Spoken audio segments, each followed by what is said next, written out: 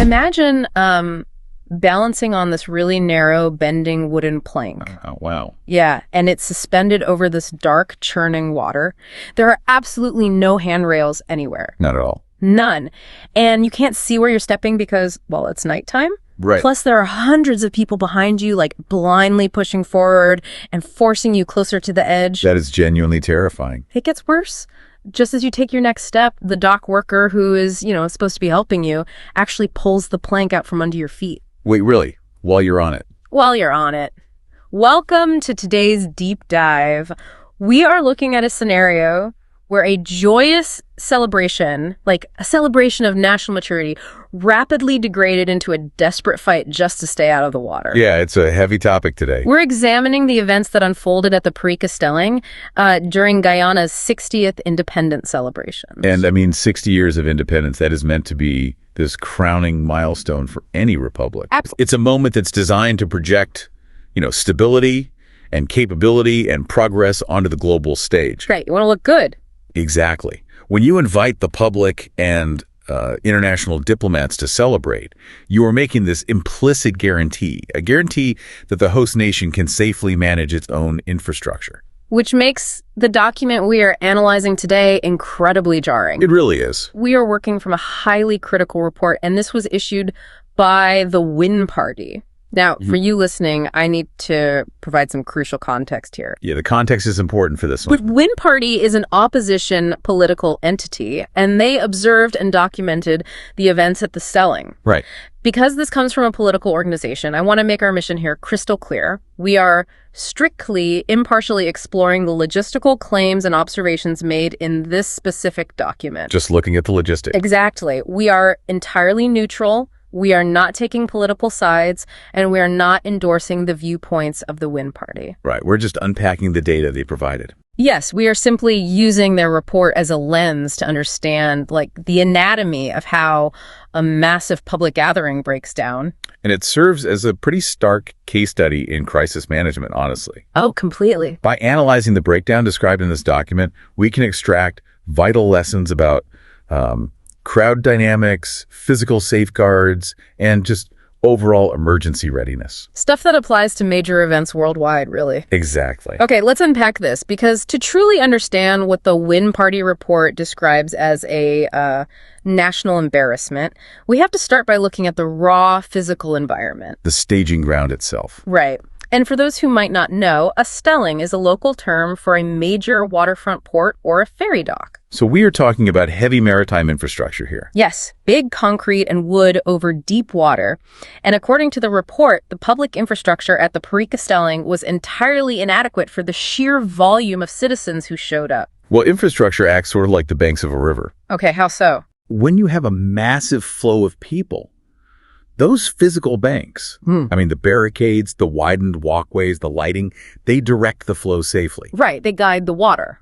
Exactly. Yeah. When you remove those banks, the water doesn't just stop flowing, it just floods destructively. That makes total sense. And the report details severe overcrowding that just completely overwhelmed the boarding areas and the walkways and the vessel access points too. Yeah, the boarding process is the part that genuinely raised my heart rate. It's intense. To board the vessels, attendees were funneled onto extremely narrow wooden planks, and these were just serving as makeshift walkways over the water. Which is inherently risky. And to make it infinitely worse, there were absolutely no handrails. None. No safety protections, no guardrails, no netting, nothing. I keep picturing it as like forcing citizens to walk a pirate's gangplank in the dark. That's wow, yeah. It just feels like such a reckless mismatch for a 60th anniversary celebration, you know? Well, the gangplank comparison gets right to the physics of the danger here. How do you mean? When you force thousands of people from a wide open staging area into this severe, narrow constraint, like a single wooden plank, you create what crowd management experts call a choke point. A choke point. Right. Choke points are where the flow of a crowd transitions from manageable movement into dangerous, uncontrollable compression. I have to challenge this premise a bit, though. Yeah. Because when things go wrong at large events, I feel like people are quick to blame the infrastructure.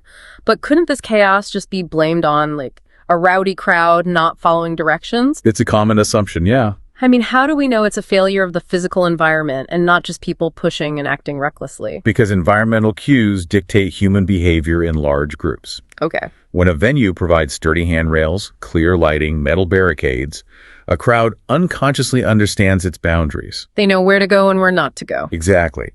But you remove those boundaries, especially in the dark, and a crowd ceases to act as a group of rational individuals making choices. So what do they become? It becomes a fluid mass, seeking the path of least resistance. The pushing you mentioned, it isn't necessarily malice. It's just physics. Just bodies pressing against bodies. Right.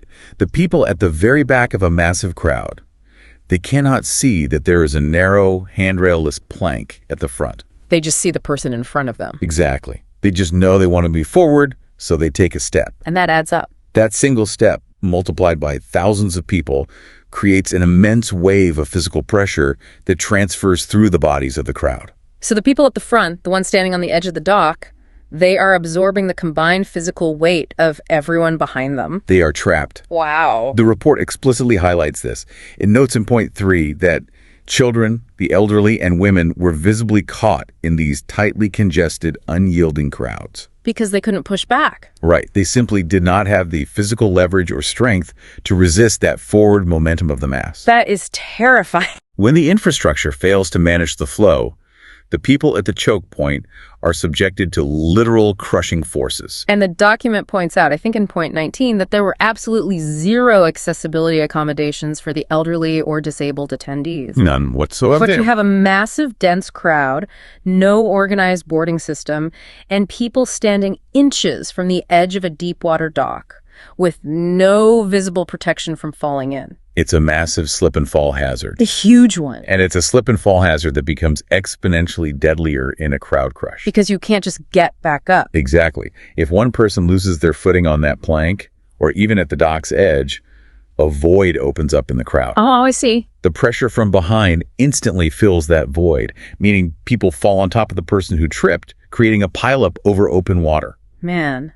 And because these physical guardrails were completely absent, the burden of keeping people from falling into the dark water fell entirely on the human staff. Which is a huge burden. Right. You expect event personnel to step in, act as human barricades, and basically manage the flow. That's the ideal scenario. But according to the Wind Party's observations, the exact opposite occurred. Yeah, things went sideways fast. The personnel didn't mitigate the chaos. They actually became a driving force behind it. Well, the report identifies a severe shortage of essential frontline personnel right from the start. Just not enough people working. There were simply not enough police officers, harbor staff, transport officials, or trained crowd management personnel to handle that volume of attendees. And the staff who were present, they were completely overwhelmed. Definitely. The document notes that instead of calmly directing the citizens, police officers, transport and harbor staff, and the event personnel were observed shouting at people. Yeah, shouting, verbally abusing them. Exactly. Humiliating and aggressively rushing the public. This represents just a complete collapse of authority and protocol. Here's where it gets really interesting, though. Okay. The psychological shift described in these pages is staggering. It really is. I mean, you have families showing up for a jubilant national celebration, riding high on patriotic pride. Everyone's excited. Right. And suddenly they're thrust into a degrading survival situation where the authority figures meant to guide them are actively screaming at them and deliberately endangering them. It's a complete inversion of what should happen. And the single most shocking detail in this report, at least to me, is that transport and harbor workers were observed moving the wooden planks while people were still crossing them. Yeah, that detail is wild. They were shifting the makeshift walkways without halting the flow of foot traffic. While people are walking over dark water, Yep. they were actively creating an immediate lethal fall risk. It defies logic. And because of this aggressive rushing, the boarding tactics turned completely desperate. People just wanted out of there. People were physically lifting young children into the vessels. Others were jumping, climbing, or squeezing aboard just to escape the terrifying crush on the dock. What's fascinating here is the behavioral breakdown on the staff side of the equation. Right, because we always talk about the crowd panic. Exactly. We spend a lot of time analyzing crowd panic, but when frontline event personnel are starved of resources, when they lack adequate crowd control training, and have no physical barricades to rely on, They panic too. a profound psychological panic sets in on their side of the barricade as well, So the authorities were experiencing the exact same panic response as the crowd. in a different but equally destructive way. Yeah. Oh. The aggressive rushing, the shouting, the public humiliation detailed by the Wind Party, that is a classic fight-or-flight response from overwhelmed personnel. Because they feel trapped too. Exactly. They realize they have completely lost control of the environment. The crowd is too big, the infrastructure is failing, and the staff feel helpless. So they just lash out. Instead of relying on training, which they likely didn't receive, they resort to aggressive verbal and physical dominance in this desperate, ultimately counterproductive attempt to force compliance. And that tunnel vision explains the detail about moving the planks. Yes, moving a plank while a citizen is balancing on it isn't just negligent. Right. It indicates a total loss of situational awareness caused by extreme acute stress. Their brains just sort of broke under the pressure. The staff member's brain is so focused on the immediate goal of load the boat faster or move this plank to another door that they literally fail to process the human being currently standing on the wood. That is just a catastrophic failure of event management psychology. It really is. I mean, they aren't acting like trained maritime professionals. They are acting purely on adrenaline, trying to blindly clear a bottleneck. Pure survival instinct at that point. But if the infrastructure is a trap and the staff are actively pulling the walkway out from under you, you'd think there'd be a backup plan, right? You would hope so. The only thing standing between a citizen and a drowning tragedy is the emergency response team. You assume there are divers or, rescue boats waiting just out of sight. Yeah. Well, the report is unequivocally clear on this point. There was a complete absence of any safety net. Nothing. Nothing. There were no visible marine emergency response teams deployed, no rapid water response units stationed near the docks. And not a single life jacket or flotation device was distributed to the public. Which is astounding for a maritime event. You have hundreds of people packed together, balancing on narrow, moving planks in the dark over deep water, and absolutely zero buoyancy aids. And the physical reality of the stelling at that moment makes the lack of preventive safety gear even more terrifying. Because if someone falls in... The Wind Party notes that the severe congestion on the dock meant that if someone had fallen into the water, rescue access would have been virtually impossible. Because a rescue diver or a medic literally cannot walk through a crowd that is packed that tightly. Exactly. The density of the crowd becomes an impenetrable wall. A human barricade preventing rescue. Standard marine rescue protocol requires clear sightlines, immediate communication, and open physical pathways to deploy ropes, ladders, or divers. And they had none of that. The overcrowding eliminated all three. If 40 people were suddenly pushed off that dock into the dark water by a crowd surge, throwing a single life ring from a distant boat wouldn't prevent a mass casualty event. I am struggling to understand how this degree of negligence happens, especially considering the guest list.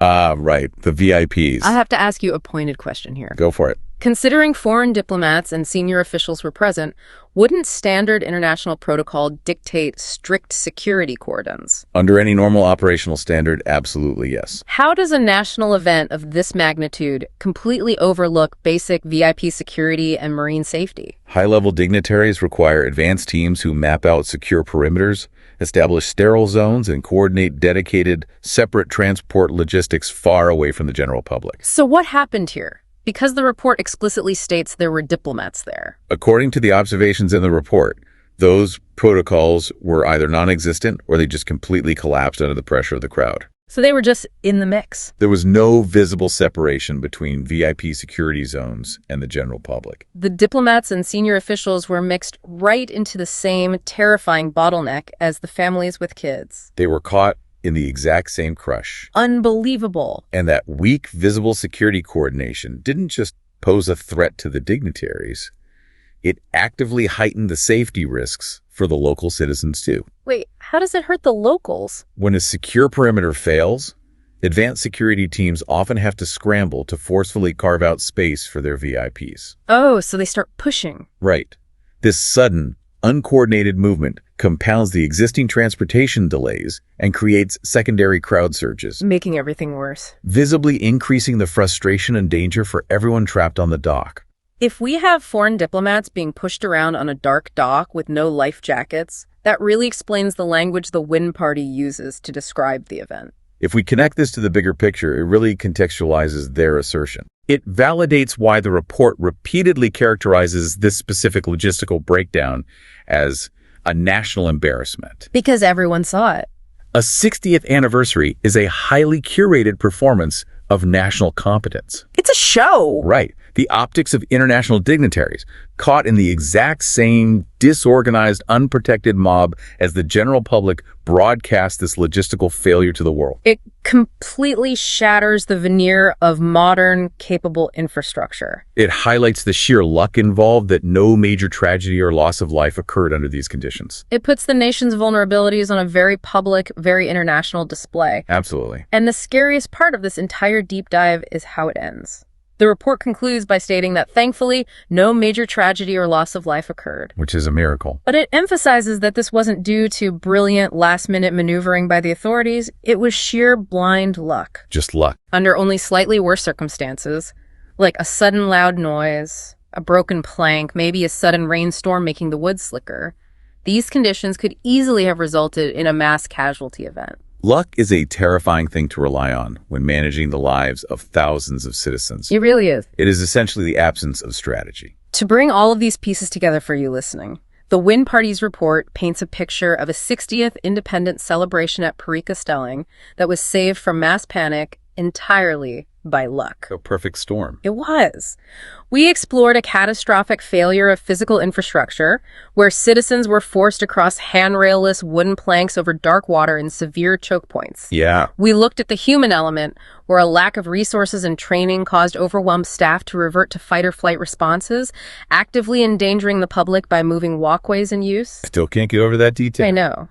And finally, we saw a total collapse of emergency readiness and VIP security, leaving locals and international guests alike trapped in an unmanageable crowd with no rescue protocols in place. It really serves as a masterclass in how a failure to establish physical boundaries cascades into psychological panic, which ultimately neutralizes any ability to respond to an emergency. So what does this all mean? Ah. Well, it highlights the profound life-or-death importance of accountability in public event planning. Definitely. When political reports like this one observe and document severe logistical failures, they force a spotlight onto the invisible machinery of public safety. They make us look closer. It reminds us, that when we attend these massive gatherings, our baseline expectation of safety relies on 1,000 invisible, highly technical decisions made months in advance. So true. When organizers skip those stress tests, when they ignore crowd dynamics or fail to train their staff, the consequences play out on the edge of a dark dock.